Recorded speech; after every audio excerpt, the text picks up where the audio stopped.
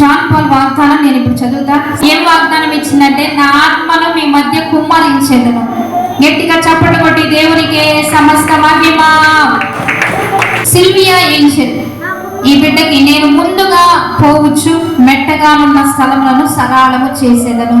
ఇక చప్పట్లు కొట్టి దేవునికి సమస్త మహిమ. మరి నాకు ఇచ్చిన వాగ్దానం, మరి నా సాక్ష్యాన్ని కూడా తెలియజేస్తున్నాను. నీవు చేయు ప్రయత్నములన్నిట్లో నీ దేవుడైన యెహోవా సన్నిధిని సంతోషించుదువు. గట్టిగా చప్పట్లు కొట్టి నువ్వు చేయు ప్రయత్నములంటే నా ప్రయత్నం అంతా సేవా ప్రయత్నమే.